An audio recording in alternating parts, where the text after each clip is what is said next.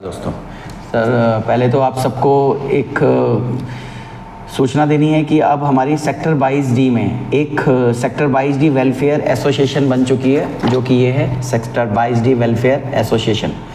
इसमें अभी sector 22D welfare association हम सबके लिए बढ़ चढ़ के अपनी जो मुद्दे हैं वो उठा रही है और वहाँ पे सीओ साहब के सामने, यमुना अथॉरिटी के अधिकारियों के सामने अपनी बात रखती है, जिसमें अभी उन्होंने कुछ मुख्य मुद्दे मैं उनके कुछ अभी यहाँ पे पढ़ रहा हूँ। जैसे कि जो उन्होंने बोले हैं, उन्होंने ये सबसे पहले तो उन्होंने हाईलाइट किए कि हो गए हैं 11 साल सेक्टर 22D अब भी बेहाल।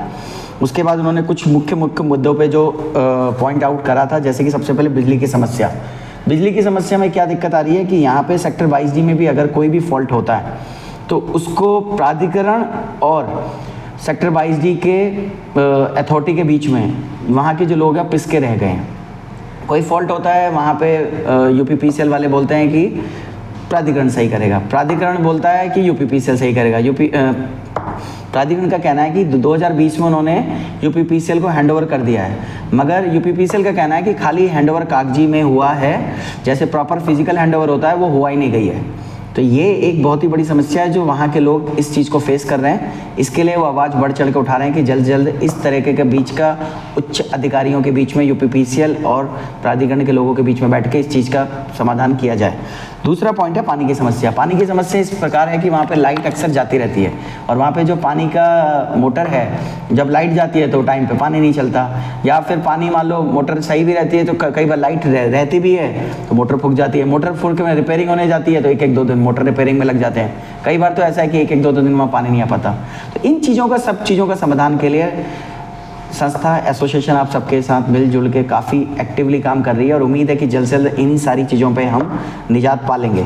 अगला जो एसोसिएशन का पॉइंट है कि मोबाइल नेटवर्क वहाँ पे जल्द से जल्द व्यवस्था हो कि मोबाइल के जो भी ये आज की डेट में मोबाइल हमारी ज़रूरतमंद डेली नीड में आ चुका है। अब यही नहीं कि खाली बिजली या पानी चाहिए, मोबाइल की भी ऐसी हो चुका है कि सारा काम उसी पे बेस्ड हो रहा है। उसके बाद है यमुना एक्सप्रेसवे से सीधा कनेक्टिविटी। यमुना एक्सप्रेसवे से सीधा कनेक्टिविटी के लिए क्या है कि जो हाई राइज बिल्डिंग के बगल में से जो डायरेक्ट रोड जा रही है उसको बीच में वन विभाग की ज़मीन आती है। प्राधिकरण से रिक्वेस्ट रहेगी हमारी इसके लिए कि उनको वन विभाग की ज़मीन को वहाँ से लेते हुए एक सीधी एक्सप्रेसवे तक डायरेक्ट रोड कनेक्ट किया जाए।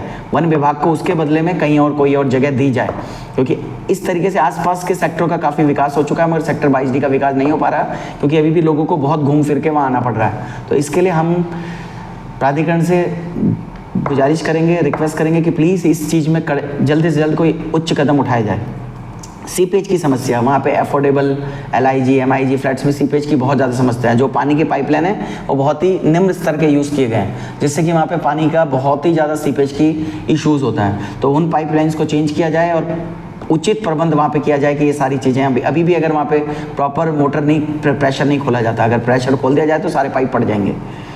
इंटरलॉकिंग टाइल्स, जो भी घरों के आगे के टाइम पे बारिश के टाइम पे इतना कीचड़ हो जाता है कि कोई भी आदमी वहाँ पे आए दिन फिसलते रहते हैं, तो इंटरलॉकिंग टाइल्स एटलीस्ट घर के सामने फ्लैट्स के आगे इंटरलॉकिंग टाइल्स की व्यवस्था की जाए। कचरा उठाने की समस्या, वहाँ पे जो डस्टबिन्स लगाए गए हैं उनमें नीचे कोई होल्स नहीं है। ड्रेन मतलब जो पानी अगर उसमें भरता है तो पानी भरा ही रहता है, जिसके कारण मक्खी मच्छर ये चीज़ें फैलते हैं। साथ में जो कचरा उसके साथ रहता है वो क्या होता है, बहुत ही खतरनाक रोल रहता है। कई बार वो कचरा बाहर फैला रहता है, उसको उठाने की वहाँ कोई प्रॉपर व्यवस्था नहीं है। फैला रहेगा तो उसमें बदबू आती रहेगी। This is very real critical issue. तो उसमें मेरा वो कहना है कि इसको जल्द से जल्द इस समस्या का भी कुछ ना कुछ समाधान निकाला जाए। अभी क्या है कि वहाँ पे बस सेवा बीच में चलाई गई थी, अभी फिर से बंद कर दी गई है। बिना बस सेवा के लिए कोई भी वहाँ पे यातायात के कौन कैसे रह पाएगा। तो हमारी प्राधिकरण से डिमांड है कि इसको जल्द से जल्द इसको सही किया जाए और बस सेवा को फिर से बहाल किया जाए।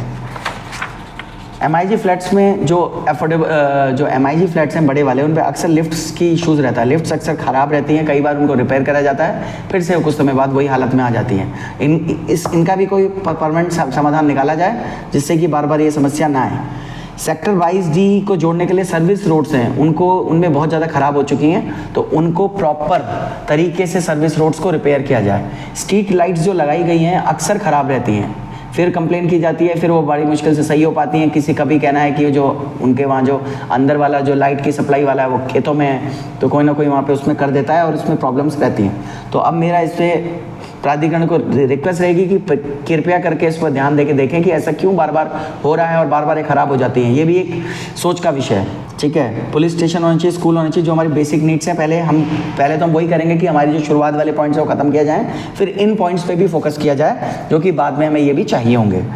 और जैसे वहाँ पे फिज़िकल जो पोजीशन के लिए एक कैंप लगाया जाए हर महीने में एटलीस्ट एक छुट्टी वाले दिन, जिससे कि ज़्यादा से ज़्यादा लोग अपने फ्लैट को पोजीशन ले पाएँ और वहाँ पे बसावट हम लोग कर पाएँ।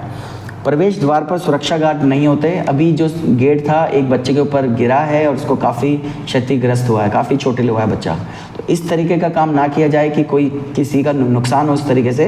तो प्राधिकरण से हमारी गुजारिश रहेगी कि उस चीज़ को देख के प्रॉपरली समाधान निकाला जाए। गेट ऐसे हों जो एक बार लग के समाधान रहे, बार बार उखड़े नहीं। बाउंड्री वॉल्स में काफ़ी सारी टूटी हुई हैं, अभी भी काफ़ी सारी जगह खुली हुई हैं, जिससे कि जो मवेशी हैं वो अंदर आते रहते हैं, तो उन चीज़ों का समाधान और चोरी चकारी का भी डर है। जितने भी अफोर्डेबल हाउसेज हैं उनके ऊपर जो छत में को गेट को बंद करने वाला जो मेन गेट होता है ऊपर वाला छत पे जाने वाला, वो मैक्सिमम चोरी हो चुके हैं। अभी देखा जा रहा है कि काफ़ी सारी बिल्डिंगों में है ही नहीं। इस तरीके की सुरक्षा व्यवस्था का क्या काम। तो मेरा कहने का मतलब है इन चीज़ों में भी ध्यान दिया जाए, गार्ड जो वहाँ हैं वो इन चीज़ों में तत्पर रहें कि ऐसा क्यों और कैसे हो रहा है। जो भी इमारतें हैं वहाँ पे पेंट लाइट जो भी रेलिंग से इतनी जंग लग चुका है कि अभी 11 साल, ये सबसे पहली स्कीम थी सेक्टर 22D प्राधिकरण की BHS वाली, BHS 01 की, और उसी में ये हाल है कि अभी 11 साल में पूरी अभी कोई रहने भी नहीं आया और वो बिल्डिंग पूरी क्षतिग्रस्त हो चुके हैं, उसकी रेलिंग्स पूरी ख़त्म हो चुकी हैं क्योंकि उनमें कभी पेंट ही नहीं हुआ। 11 साल में चीज़ें अगर होगी तो क्या हाल हो जाएगा। तो अभी फ्लैट्स मान लो, चलो हमने मान भी लिया कि स्कीम 11 साल पहले आई थी, बट फ्लैट्स को बने हुए 4-5 साल से ज़्यादा तो हो ही चुका है। उन चीज़ को ध्यान देना चाहिए। अभी वहाँ पे हमारा किराने की दुकान, मेडिकल शॉप, डिस्पेंसरी, ATM की ज़रूरत है, जो कि डेली यूज़ में आज के डेट में हर किसी को ज़रूरत है। अभी भी जो नालियाँ हैं वो अभी बारिश होती है तो पूरा वहाँ पानी भर जाता है क्योंकि वो सब ब्लॉकेज रहते हैं, कभी भी उनमें क्लियर नहीं रहती हैं। नाले की दीवारें अभी भी टूटी हुई हैं, उनमें पूरा कवर अभी तक नहीं हो पाया है। कचरा उठाने वाली प्रॉपर एक शेड्यूल होना चाहिए जिससे कि समय समय पर प्रॉपरली इस बात से ये किया जाए क्लियर कि ये सारी चीज़ें हों। इस तरीके का लेटर जो ये मैंने अभी आपको पढ़ा है, एसोसिएशन ने CEO को भेजा है। साथ में इनके साथ साथ ये जो लेटर भेजा गया है प्राधिकरण प्रधानमंत्री कार्यालय भारत सरकार को भेजी गई है। प्रतिलिपि है जिनको भेजा गया था। उत्तर प्रदेश के मुख्यमंत्री, मुख्य सचिव उत्तर प्रदेश लखनऊ, गौतम बुद्ध नगर के सांसद, गौतम बुद्ध के विधायक, गौतम बुद्ध नगर के जिलाधिकारी, गौतम बुद्ध नगर के यमाधिकारी, प्राधिकरण उत्तर प्रदेश के ये लखनऊ, संपादक, जितने भी न्यूज़ चैनल है उनको भी भेजा गया। Dainik Jagran, Amar Ujala, news times, Hindustan times, इस तरीके से। तो एसोसिएशन अपनी तरह से पूरी कोशिश कर रही है कि जितने भी यहाँ पे बेसिक मुद्दे हैं उनको उठाया जाए। इसी के साथ साथ प्राधिकरण ने एक लेटर भेजा था SDO साहब को बिजली के लिए, क्योंकि यहाँ पे बिजली की अक्सर समस्याएं रहती हैं, बिजली का बिल ज़्यादा आता है और समय पे बार बार यहाँ पे लाइट का कट ऑफ किया जाता है। ये कॉपी मुख्य प्रतिलिपि जो भेजी गई थी मुख्य अभियंता UPPCL गौतम बुद्ध को, प्रधान UPPCL लखनऊ को और अध्यक्ष UPPCL को भी भेजी गई थी, जिसमें कि हमारा है रोजाना 10 से 12 घंटे से बिजली की बिल न होने, ना बच्चे वहाँ पे पढ़ पा रहे हैं, ना कोई लोग वहाँ पे रह पा रहे हैं, परिवार जो आते हैं वो छोड़ के वहाँ से चले जाते हैं। ये बहुत ही बड़ा विषय है वहाँ पे। और रीडिंग्स हमेशा बिजली जो लोग ने बिजली के मीटर का अप्लाई कर भी दिया है उनको हमेशा गलत रीडिंग्स दी जा रही हैं, जिससे कि अनाप शनाप बिल आ रहे हैं। वो इस चीज़ से बहुत ही परेशान है। तो UPPCL का भी एक वहाँ पे बहुत बड़ा रोल है कि लोग वहाँ पे बसने ना देने का।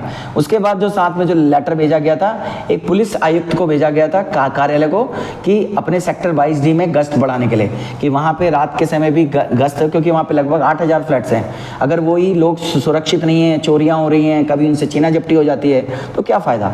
इस चीज़ के लिए प्रतिलिपि जो भेजी गई थी, साथ में अतिरिक्त थाना आयुक्त पुलिस कमिश्नर सूरजपुर को और थाना प्रभारी SHO धनकौर को भी भेजी गई थी। तो इस तरीके के कार्यक्रम के लिए एसोसिएशन पूरी कार्यरत है, बहुत मेहनत से काम कर रही है और इसमें मैं पीछे अटैचमेंट भी डाल दूंगा। आप सब लोग भी एसोसिएशन का हिस्सा बन सकते हैं। आइए जुड़िए, हम सब लोग मिलके सेक्टर 22D को आगे ले जाएं और बहुत बहुत आगे लेके जाएं, क्योंकि हम सबका साथ होने के बाद ही वहाँ पे हम कुछ कर पाएंगे। अकेले हम कुछ नहीं कर सकते। अगर हम सब लोग एक हो जाएं तो बहुत कुछ कर सकते। अकेली उंगली कुछ नहीं कर सकती। अगर यही उंगली बन के मुट्ठी बन जाए तो प्राधिकरण सारी हमारी बातों को मानेगा और सारी चीज़ें होंगी।